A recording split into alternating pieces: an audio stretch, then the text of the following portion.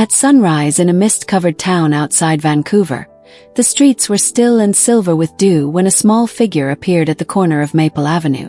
A little girl no older than 6, wearing a faded pink coat, walked 5 enormous German shepherds with calm precision, like a soldier leading her unit.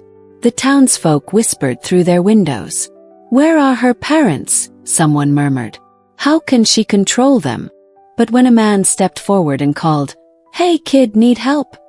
one of the dogs growled low and the girl simply said, "They're protecting me." Her voice was soft, but her eyes, steady and haunted, made him freeze. Every morning she walked the same path, vanishing near the woods as the church bell rang 7 times. No one knew where she went, or what those dogs were guarding. But soon one man would follow her, and uncover a truth this town had buried for years. Don't miss what comes next. Like, share, and subscribe to Canada's Heartfelt Tales for stories that touch the heart and reveal the courage we often overlook. The morning mist had barely lifted when Ethan Cole parked his old pickup at the edge of Maple Avenue. The street was quiet, except for the faint jingling of metal tags and the rhythmic sound of paws against wet pavement. He raised his camera just as the little girl turned the corner, her pink coat glowing faintly in the dim light. 5 German shepherds surrounded her in perfect formation. Their steps were calm, synchronized, protective. Ethan lowered the lens. Something about the scene tugged at him. Too disciplined, too deliberate for a child that small. As the girl passed the old bakery, the dogs slowed. An elderly man sweeping the steps called out, "Morning, sweetheart. Out early again." "Do stop." The largest shepherd stepped forward, eyes fixed on the man.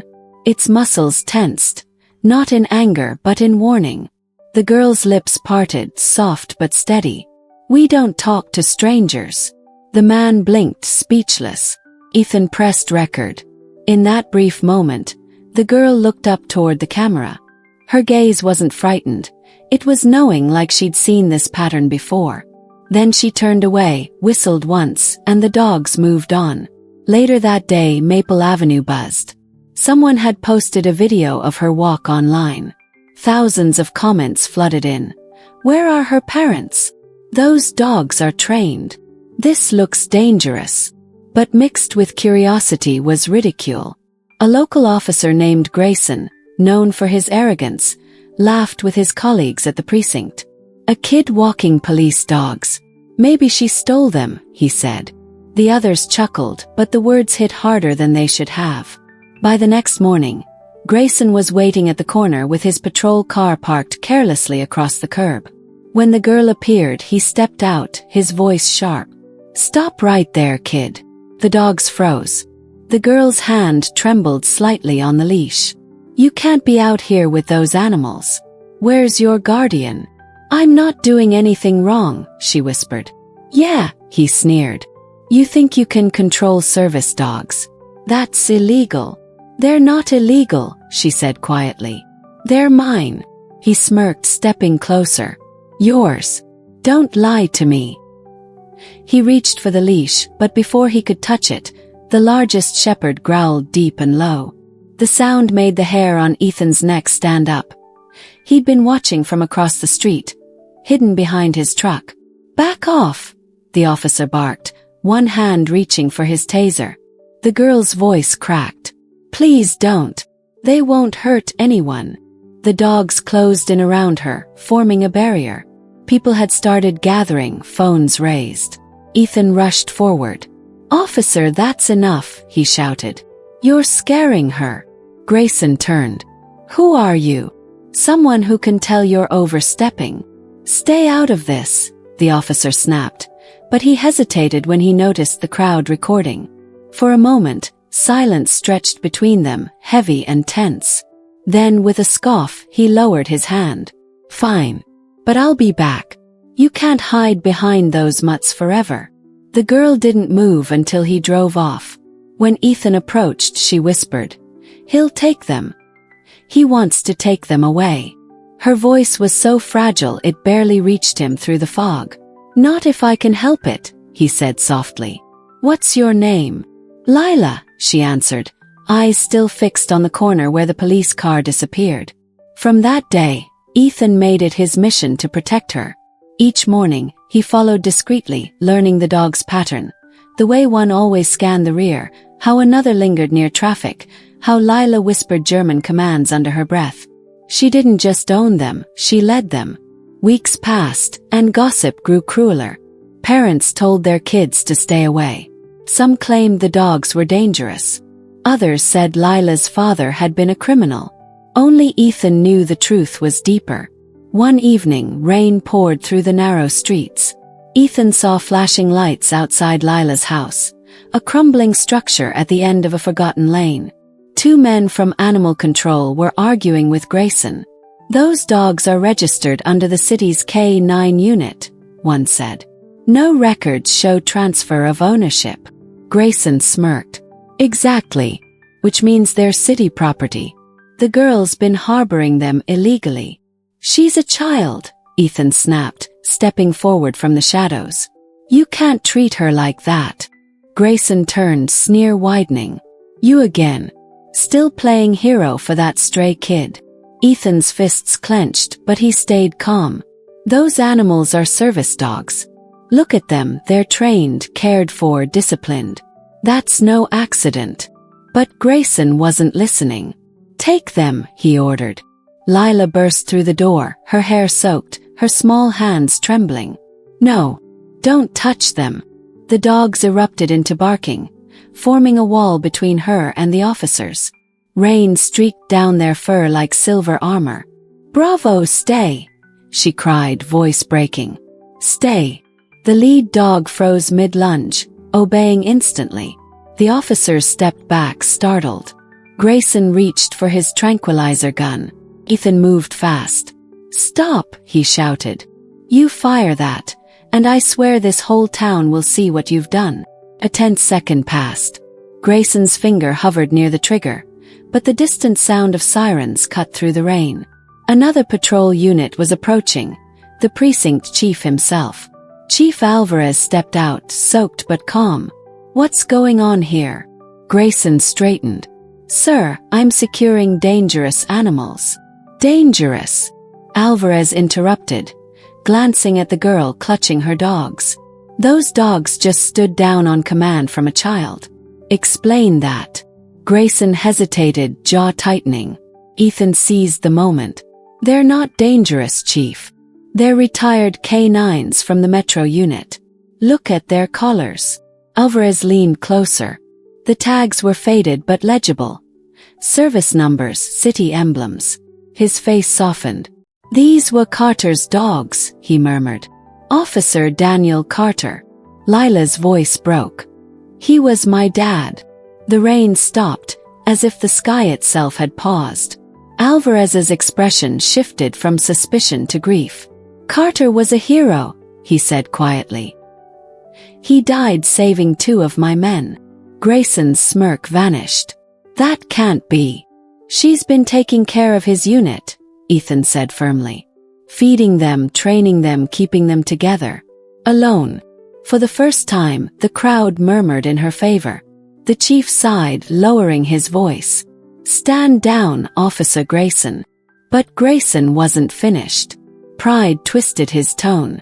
"Sir, the law." "The law." Alvarez cut him off. "The law protects the innocent, not bullies in uniform." Lila stepped forward, tears mixing with rain. "They're all I have," she whispered. "Please don't take them." They still wait for him every night. Even the officers fell silent. Alvarez nodded slowly. "They stay with her. Effective immediately." Grayson glared at Ethan. "You think this is over?" Ethan met his gaze coldly. "No. It's just beginning." In the days that followed, word spread fast. News crews filmed the girl's story. Donations arrived from across the province. Yet behind the praise, Grayson's resentment festered. Late one evening, he returned alone to Lila's street, headlights off, slipping past the fence. Inside the yard, the dogs stirred. Bravo rose first, a silent shadow. Grayson lifted his tranquilizer gun, muttering, "Let's see how loyal you are." The crack of thunder masked the click of his safety switch, but not for long. The porch light snapped on. Ethan's voice rang out from the darkness. "Looking for something, officer?" Grayson froze. Ethan stepped into view, camera raised, red light blinking. "You're being recorded. Every second." Within minutes, patrol cars arrived. Chief Alvarez climbed out, fury in his eyes. "You broke into a child's home, Grayson. With a weapon. She's manipulating everyone." Grayson shouted, desperate. "That girl's dangerous." "Enough," Alvarez barked. "You're suspended pending investigation." Grayson's face drained of color. The crowd that had gathered watched in silence as his badge was taken from his chest. Lila stood in the doorway, Bravo at her side. For the first time she spoke without fear. "My dad taught me one thing," she said quietly. "Good men protect. Bad ones hide behind rules." Grayson turned away, humiliated. His career shattered under the glow of flashing lights. Over the next weeks, Maple Avenue changed. Neighbors who once whispered began leaving food, blankets, and flowers at Lila's gate. The police department arranged care for the remaining K-9s and established a memorial fund in Daniel Carter's name. Ethan helped Lila restore her father's old training shed, now converted into a small rescue shelter. Each morning she still walked through the mist, 5 shepherds pacing beside her, but this time the world walked with her. When the first snow fell, Chief Alvarez visited with a small box.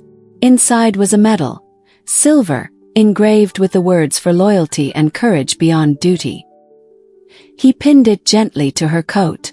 "Your father would be proud," he said. She looked up at the sky, eyes bright. "He's home now." Ethan filmed from a distance, the camera steady as Lila smiled for the first time in months. But as the lens focused, something flickered, a shadow moving beyond the fence. Grayson's car parked far away, engine running. He watched silently, shame carved into his face. The camera lingered on him as the metal gleamed under winter sunlight. For once, he couldn't look away. His disgrace had become her justice. And as the screen slowly faded to black, the last sound was the echo of Bravo's steady bark, deep, proud, unbroken, announcing that the story wasn't one of loss anymore. It was one of triumph, carved in loyalty, love, and the quiet power of a child who never stopped walking forward. Winter came softly to Maple Avenue that year, covering every roof and fence in quiet white. Lila still walked her dogs at dawn, though now the street greeted her with smiles instead of whispers. The town that once turned away had learned something about loyalty, about the kind of love that doesn't ask to be seen. Ethan often joined her, not as a guardian anymore, but as a friend who'd found hope where he least expected it. Chief Alvarez stopped by sometimes too, checking on the shelter she and Ethan had built from her father's old training shed. The sign above the door read Carter's Haven, for those who never leave their own. Lila would feed each dog, her voice calm and warm, the same way her father once did. She no longer feared being alone because now the world had chosen to walk beside her. One morning, as the sun rose pink over the rooftops, a neighbor placed fresh flowers by the gate. A note read, "Heroes raise heroes." Lila smiled quietly, resting her hand on Bravo's head. For the first time she looked forward, not back. Sometimes, change begins with a small act of courage. One person choosing kindness over judgment, truth over fear. And when that happens, even a silent street in a forgotten town can learn to listen again. If this story touched your heart, please like, share, and subscribe to Canada's Heartfelt Tales. Every click helps us keep telling stories that remind the world how compassion can turn even the coldest morning into light.